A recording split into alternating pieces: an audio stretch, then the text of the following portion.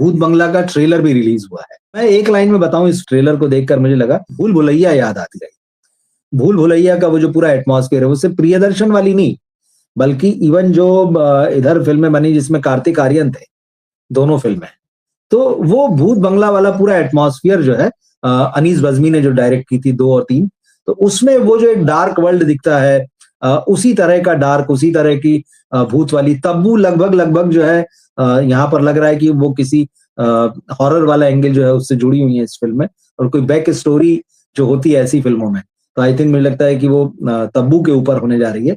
तो तब्बू मुझे लगा कि ठीक है, उनका परफॉर्मेंस होगा कैसा, तो थोड़ी देर के लिए आती अच्छी लगी। पूरा ट्रेलर जो है वो अक्षय कुमार पर फोकस करता है, या उनके साथ में वामिका गब्बी हैं और राजपाल यादव और परेश रावल, इन लोगों पर ये जो है ज्यादा फोकस करता है। हालांकि अक्षय इन सबको लीड कर रहे हैं फिल्म में भी और ट्रेलर में भी। तो सबसे पहले मुझे नयापन नहीं लगा। अब नयापन नहीं लगा तो कैसे, जैसे मैंने कहा कि भाई मुझे भूल भुलैया जैसे ही पूरा एटमॉस्फेयर फील हुआ। जो शुरुआत इस ट्रेलर की जहां से दिखाई गई कि खाली हवेली या बंगला नुमा महल नुमा है, उसमें अक्षय या कुछ लोग पहुंच रहे हैं, तो वहां वो जो कलर और जो सेट, मतलब वो तो हालांकि रियल बिल्डिंग है वो, और जिस तरह का शॉट टेकिंग, तो वो सब ऐसा लग रहा था कि जो पहले वाली भूल भुलैया है, जहाँ परेश रावल और अक्षय डिस्कस कर रहे हैं कि भूत है कि नहीं है। परेश बता रहे हैं कि मुझे कुछ कुछ ऐसा लग रहा है, यहाँ पर गड़बड़ है। वहां तक का हिस्सा इस तरह से लगता है जैसे ये पहले वाली आप प्रियदर्शन वाली भूल भुलैया देख रहे हैं, और उसके बाद जहां से ड्रामा शुरू होता है, जहां वधूसुर आएगा, जो शुरू में कहा गया, तो जहां से वधूसुर की उपस्थिति बताई गई कि यहाँ कुछ अब हॉरर एक्टिविटीज होने लगी, वहां पे मुझे लगा कि कलर्स और घटनाएं कुछ इस तरह से चेंज हुए हैं जो हमने भूल भुलैया 2 और भूल भुलैया 3 में देखे थे। तो सबसे पहली बात तो यह है कि जिसको कहते हैं फ्रेशनेस, वो फ्रेशनेस यहाँ पर नजर नहीं आती है। वो बात जो है वो पुरानी सी ही लगती है कि ये वही कुछ जो आपने देखा हुआ है, ये वैसा कुछ ही है। इसमें नए का बहुत ज्यादा आपको जो है वो नहीं करना चाहिए, कि उम्मीद नहीं करना चाहिए। और जैसे कि रोहन सिंह जी ने भी यहाँ पर लिखा है कि भाई वो पुराने वाले डायलॉग जो पुरानी फिल्म के बहन डर गई टाइप है, वो है। एक राजपाल यादव के मुंह से इसमें भी फिर वही मुझे मंदिर का घंटा समझ रखा है क्या, जब आता है तब बजा जाता है। अब वो पुरानी जो जो यादें हैं, उन्हीं को कहीं ना कहीं जो है वो इस फिल्म में एक बार फिर से डालने की कोशिश दिख रही है, और लग रहा है कि नए के बजाय पुरानी चीजों से ही जो है दर्शकों को बांधा जाए, दर्शकों को बुलाया जाए। लेकिन सवाल ये उठता है, नॉस्टैल्जिक वैल्यू होना एक अलग चीज है कि किसी चीज से आप कनेक्ट करते हैं, पुरानी चीज से अपने आप को, और एक होता है कि पुरानी ही चीजों का इस्तेमाल कर ले। तो कहानी यहाँ भी वैसी ही दिख रही कि भाई भले ही मतलब जो पहली फिल्म में था कि अच्छा यहाँ भूत है मगर हीरो आया है जिसको भूतों में भरोसा नहीं है या बुलवाया गया है, तो वो अपने हिसाब से चीजें देख रहा है, अपने हिसाब से जो भी वहां प्रॉब्लम आने वाली है उसको फेस करने की तैयारी कर रहा है। वो नहीं मानता है, वो दुनिया को बताना चाहता है कि देखो ऐसा कुछ नहीं होता है। तो प्रेमाइसिस तो वही है।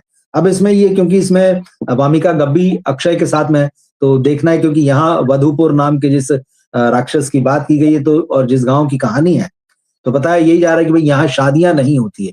तो क्या अक्षय कुमार यहाँ अपनी गर्लफ्रेंड के साथ शादी करने आए हैं? कुछ कुछ इस तरह का ही संकेत मिलता है, और एक आध और शादी जो है इस फिल्म में दिखाई दे रही है, ऐसा समझ में आ रहा है। क्योंकि एक दो सीन जो है वो अंधेरे वाले, उसमें दुल्हन भी खड़ी हुई है, वो मुंह ढका हुआ है, पर्दा है पूरा, और दुल्हन के जोड़े में लड़की खड़ी हुई है। मुझे लगता है वो मिताली पारकर है, क्योंकि वो भी लास्ट में आती है, बहन डर गई वाला जो डायलॉग दिख रहा है अक्षय का। तो हो सकता है वो हो ना हो, हम सिर्फ एक अनुमान लगा रहे हैं कि जो चीजें समझ में आ रही है। और हाँ, मैजिकल टच तो ठीक है उनका लॉस्ट हुआ है, लेकिन जो होता है ना कि आप एक ही चीज को फिर से बना रहे हैं, और दूसरा इसमें क्लियर दिख रहा है कि प्रियदर्शन का जो एक फिक्स फॉर्मूला है फिल्म बनाने का, कि धीरे धीरे धीरे जो है वो ग्राफ बढ़ेगा, एक टेंशन क्रिएट होगा, और लास्ट का जो पूरा सीन होता है, सारे कैरेक्टर एक साथ आ जाते हैं और पूरा केओस मच जाता है।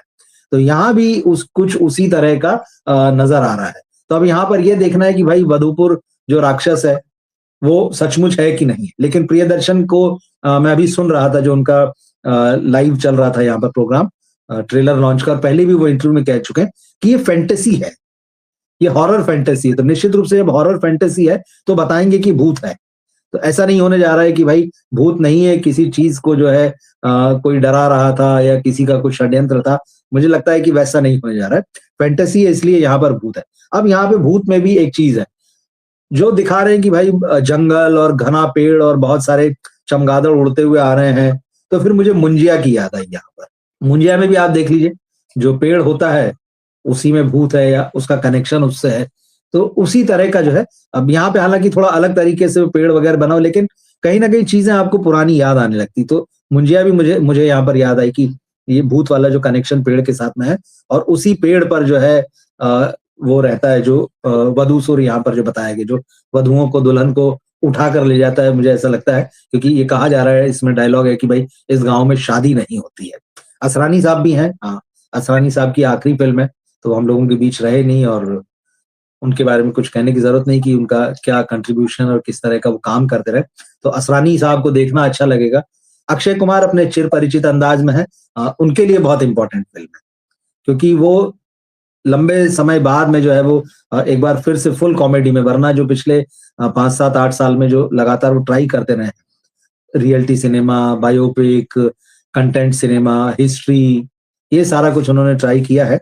लेकिन इधर उन्हें काफ़ी, ख़ास तौर पे कोरोना के बाद से जिस तरह से उनकी फ़िल्में नहीं चली है, तो इसीलिए वो एक बार फिर से कॉमेडी की तरफ गए हैं। तो देखना है कि कॉमेडी में उनका एक्सेप्टेंस पहले जैसा होता है कि नहीं। मगर वो जो पुरानी बात जो थी उनकी कॉमेडी में, वो टाइमिंग जो है, ट्रेलर से बहुत ज़्यादा जज जज नहीं कर सकते हैं। लेकिन पहले होता था कि वो अकेले अपने दम पर खींच ले जाते थे। वो वैसा कोई सीन इसमें अभी तक नहीं दिखा, और जो रिपिटेटिव वाला मामला है, वो थोड़ा-सा मुझे लगता है कि ये उल्टा भी पड़ सकता है कि भाई राजपाल यादव का वो डायलॉग आइकॉनिक हो चुका है, मतलब कि घंटा समझ रखा है क्या, जो आता है बजा के चला जाता है। आप उसको रिपीट कर रहे हैं, बहन डर गई, बहन डर गई। इतने मीम्स बन चुके हैं इनके, जिनके मीम्स बन चुके हैं, जिनकी पॉपुलैरिटी आप उसका अंदाज़ा भी नहीं लगा सकते। फिर आप उन्हीं को वापस डाल रहे हैं। तो इसका ये मतलब है कि कहीं न कहीं क्रिएटिविटी की भी कोई प्रॉब्लम है, और क्रिएटिविटी आपकी नीचे आ चुकी है, ये दिख रहा है। तो ट्रेलर हालाँकि वन टाइम वॉच वाला मामला, जैसा कि होता है कि चलो एक फ़िल्म देख के आते हैं, कैसी बनी है। और जैसे मैंने कहा कि इसमें एक नॉस्टैल्जिक वैल्यू भी आपको, भले ही उसका टाइटल बदल दिया गया हो, भूल भुलैया से आप भूत बंगला में आ गए हो। हालाँकि वो बंगला नहीं लग रहा है, ये भूत बंगला की बात कर रहे हैं। वो भूतहा महल टाइप दिख रहा है, जहाँ पर ये पूरी टीम जुट रही है वहाँ पे। तो भूतहा महल है वो, दरअसल भूत बंगला नहीं है। मगर ठीक है, भूल भुलैया जैसा पूरा ये फ़ील दे रही है। म्यूज़िक जो भी गाना एक आध झलक दिखाई, कोई ऐसा विशेष नहीं लग रहा है। वामिका गब्बी सुंदर लग रही हैं, लेकिन ये एक टेस्ट है कि इस तरह की कॉमर्शियल फ़िल्मों में भी आप एक अपनी अलग छाप छोड़ जाएँ। जब आपके आस-पास बहुत सारे मंजे हुए एक्टर हैं, परेश जैसे, राजपाल जैसे, अक्षय तो लीड कर रहे हैं। तो वैसे में एक अपनी एक अलग छाप छोड़ देना। सामने तब्बू है, और तब्बू की जो ताकत है वो हम बहुत अच्छे से जानते हैं, सीनियर एक्ट्रेस भी हैं।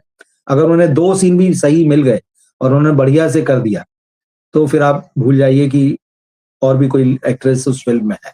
तो तब्बू, मुझे ऐसा लगता है उनका जो सीन इसमें एक दिख रहा है, वो कुछ बढ़िया करती नज़र आ सकती हैं इसमें। तो वामिका गब्बी सुंदर लग रही हैं।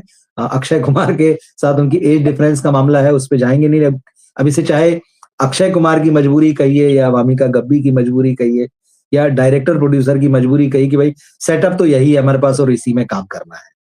तो देखेंगे, बहुत ज़्यादा प्रॉमिसिंग नहीं है, ऐसा नहीं है कि यार जाके देखना ही है, लेकिन क्योंकि हमें फ़िल्म रिव्यू करना है और हम देखते ही हैं हर फ़िल्म, तो जाके देखेंगे, और उसके बाद हम रिव्यू भी करेंगे कि किस तरह की फ़िल्म है।